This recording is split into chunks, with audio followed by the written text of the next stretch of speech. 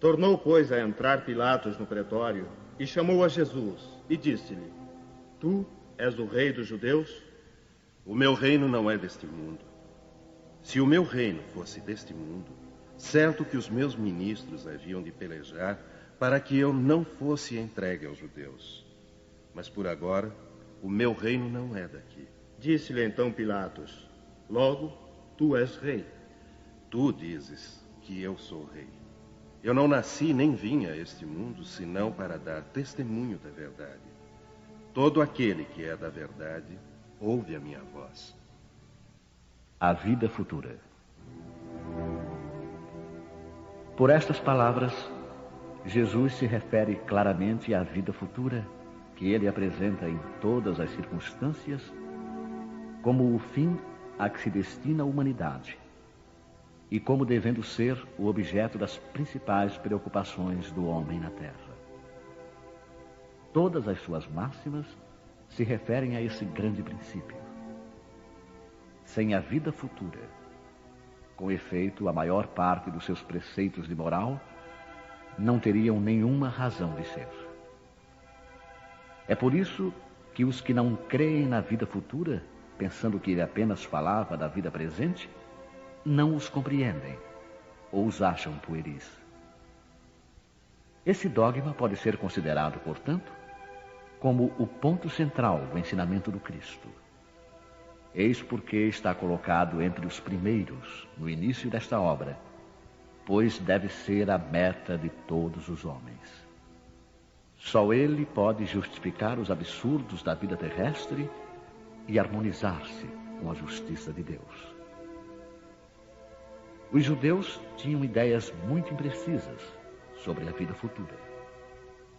Acreditavam nos anjos, que consideravam como os seres privilegiados da criação, mas não sabiam que os homens, um dia, pudessem tornar-se anjos e participar da felicidade angélica.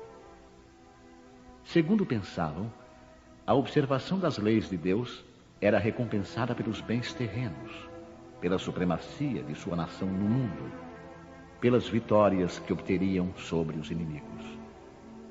As calamidades públicas e as derrotas eram os castigos da desobediência.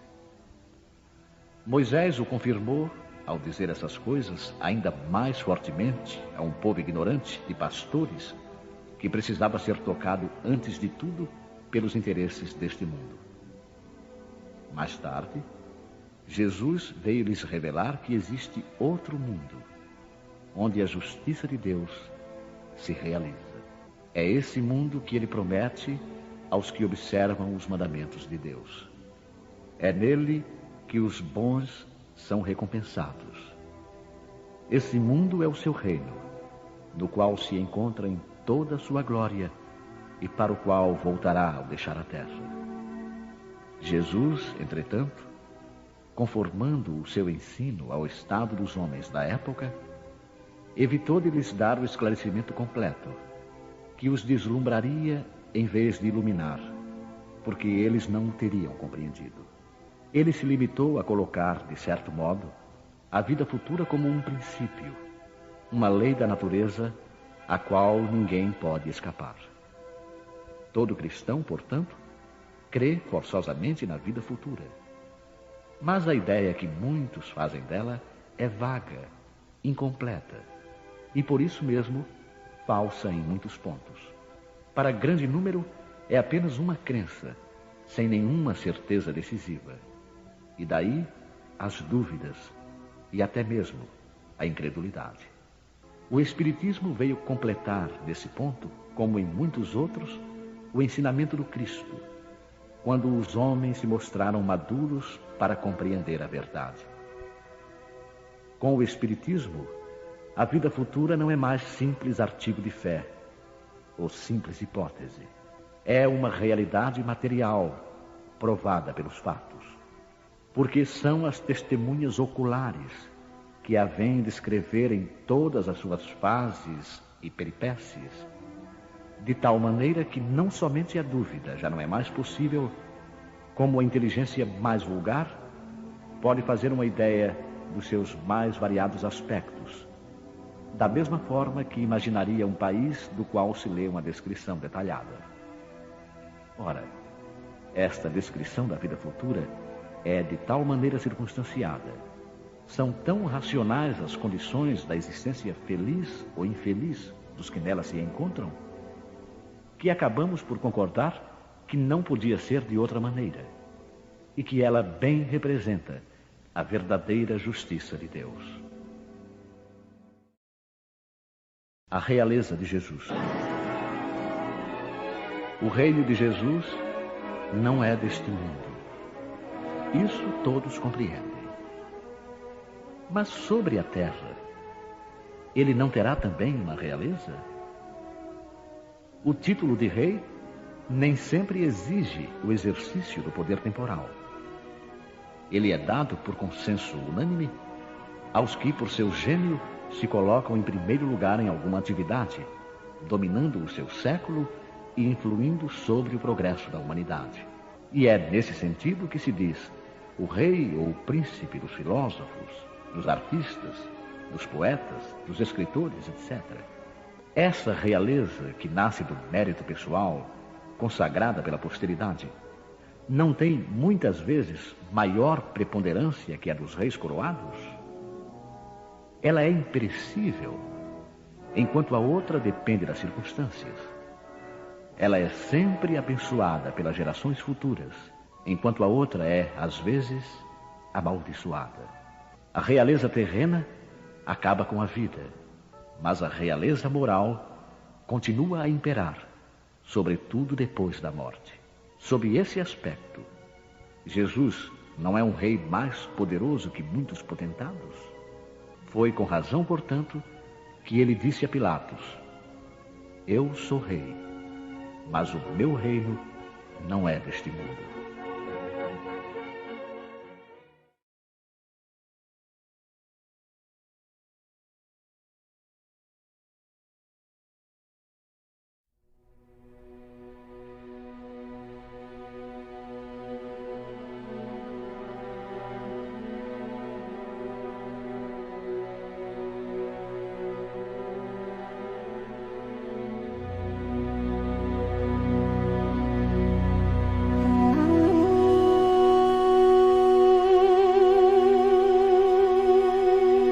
Jesus no lar.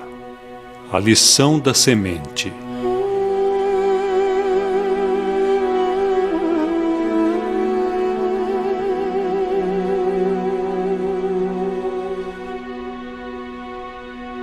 Diante da perplexidade dos ouvintes, falou Jesus convincente. Em verdade, é muito difícil vencer os aflitivos cuidados da vida humana. Para onde se voltem nossos olhos, encontramos a guerra, a incompreensão, a injustiça e o sofrimento. No templo, que é o lar do Senhor, comparecem o orgulho e a vaidade nos ricos, o ódio e a revolta nos pobres. Nem sempre é possível trazer o coração puro e limpo, como seria de desejar, porque há espinheiros, lamaçais e serpentes que nos rodeiam. Entretanto, a ideia do reino divino é assim como a semente minúscula do trigo. Quase imperceptível é lançada à terra, suportando-lhe o peso e os detritos. Mas se germina, a pressão e as impurezas do solo não lhe paralisam a marcha. Atravessa o chão escuro e, embora dele retire em grande parte o próprio alimento, o seu impulso de procurar a luz de cima é dominante. Desde então, haja sol ou chuva, faça dia ou noite, trabalha sem cessar no próprio crescimento e nessa ânsia de subir, frutifica para o bem de todos. O aprendiz que sentiu a felicidade do avivamento interior, qual ocorre à semente de trigo, observa que longas raízes se prendem às inibições terrestres. Sabe que a maldade e a suspeita lhe rondam os passos, que a dor é ameaça constante. Todavia, experimenta, acima de tudo, o impulso de ascensão e não mais consegue se deter. Age constantemente na esfera de que se fez peregrino, em favor do bem geral. Não encontra seduções irresistíveis nas flores da jornada. O reencontro com a divindade, de que se reconhece venturoso herdeiro, constitui-lhe objetivo imutável e não mais descansa na marcha, como se uma luz consumidora e ardente lhe torturasse o coração. Sem perceber, produz frutos de esperança, bondade, amor e salvação, porque jamais recua para contar os benefícios de que se fez instrumento fiel. A visão do Pai é a preocupação obcecante que lhe vibra na alma de filho saudoso. O mestre silenciou por momentos e concluiu: em razão disso, ainda que o discípulo guarde os pés encarcerados no lodo da terra, o trabalho infatigável no bem, no lugar em que se encontra, é o traço indiscutível de sua elevação. Conheceremos as árvores pelos frutos e identificaremos o operário do céu pelos serviços em que se exprime. A essa altura, Pedro interferiu, perguntando: Senhor, que dizer então daqueles que conhecem os sagrados princípios da caridade e não os praticam? Esboçou Jesus manifesta satisfação no olhar e elucidou: estes, Simão, representam sementes que dormem, apesar de projetadas no seio dadivoso da terra. Guardarão consigo preciosos valores do céu, mas jazem inúteis por muito tempo. Estejamos, porém, convictos de que os aguaceiros e furacões passarão por elas, renovando-lhes a posição no solo, e elas germinarão, vitoriosas, um dia. Nos campos de nosso Pai, há milhões de almas assim, aguardando as tempestades renovadoras da experiência, para que se dirijam à glória do futuro. Auxiliemo-las com amor e prossigamos, por nossa vez, mirando à frente. Em seguida, ante o silêncio de todos, Jesus abençoou a pequena assembleia familiar e partiu.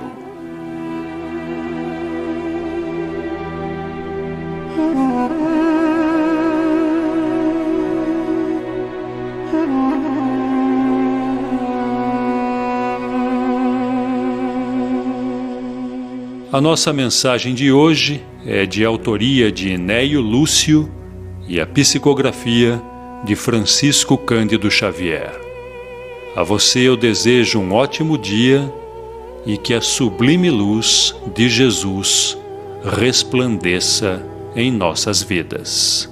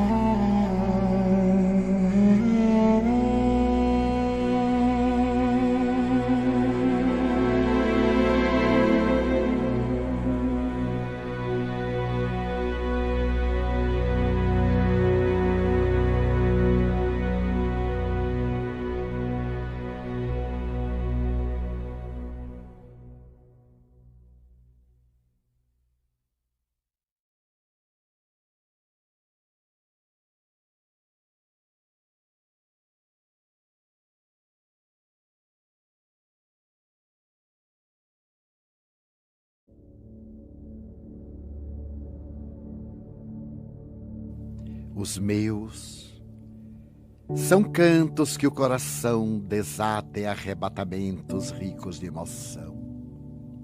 As minhas são canções que a ternura liberta das entranhas da alma e atira no rumo dos ventos viajeiros para que vençam as distâncias. Tenho a sensibilidade aguçada pelo amor e libero a música doce da esperança que jaz na janela da minha pequenez. Espalho pelo ar as notas do pentagrama que a vida entoa no profundo do meu ser. Buscando meu rei, meu senhor, modulo meu verbo e chamo e canto e suplico. Pássaros livres, eles voam ganhando espaço na direção do infinito e se vestem de luz.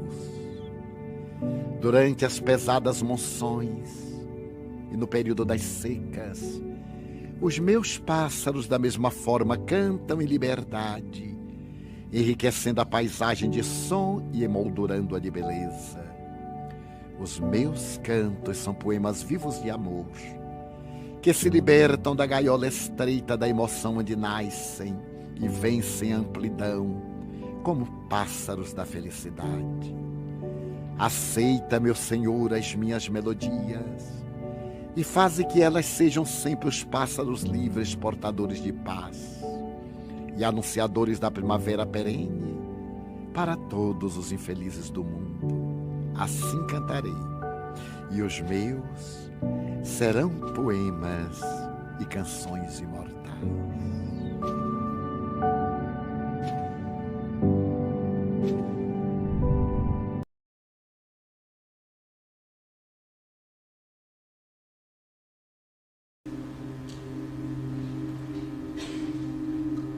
Senhor e Mestre Jesus, elevamos as nossas almas, embalados pela musicalidade divina, que nos convida a ouvir além das fronteiras humanas, para percebermos a beleza da vida que estua em todas as dimensões. Ó Senhor,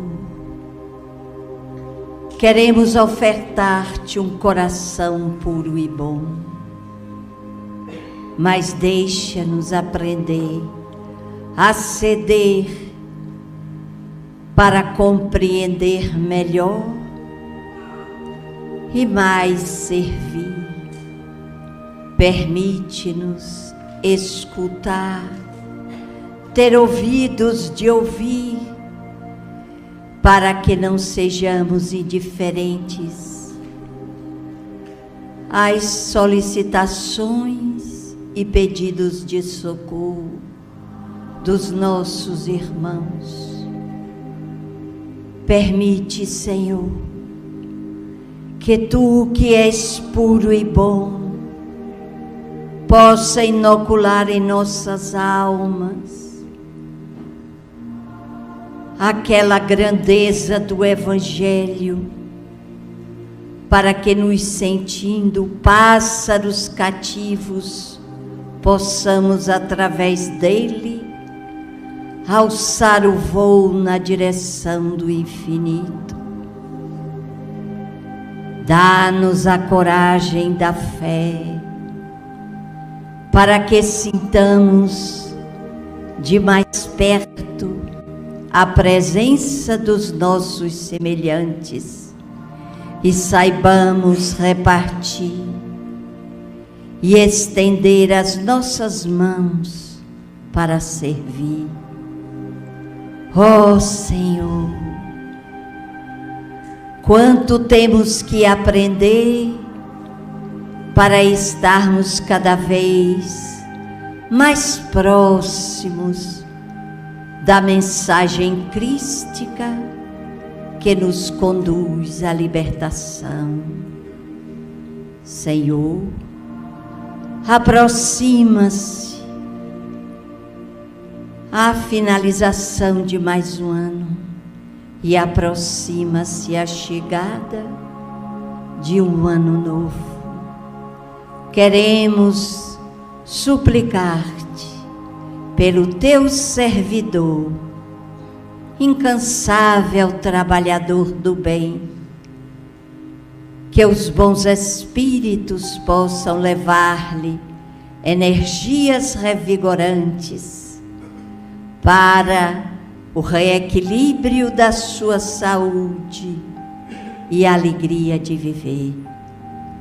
E assim, nós te suplicamos, também pela nossa Thelma Sarraf, que ela se recupere, Senhor, para estar conosco, convivendo e desfrutando do dia 31. Abençoa a todos que aqui estão, os que não puderam estar, e aqueles que sintonizam conosco nesse instante de oração em busca da elevação das suas vibrações, conectando-se com o mais alto. Abençoa-nos, Senhor, dá-nos a tua paz, sê conosco, fica conosco, fica em nossos corações, hoje e sempre, que assim seja.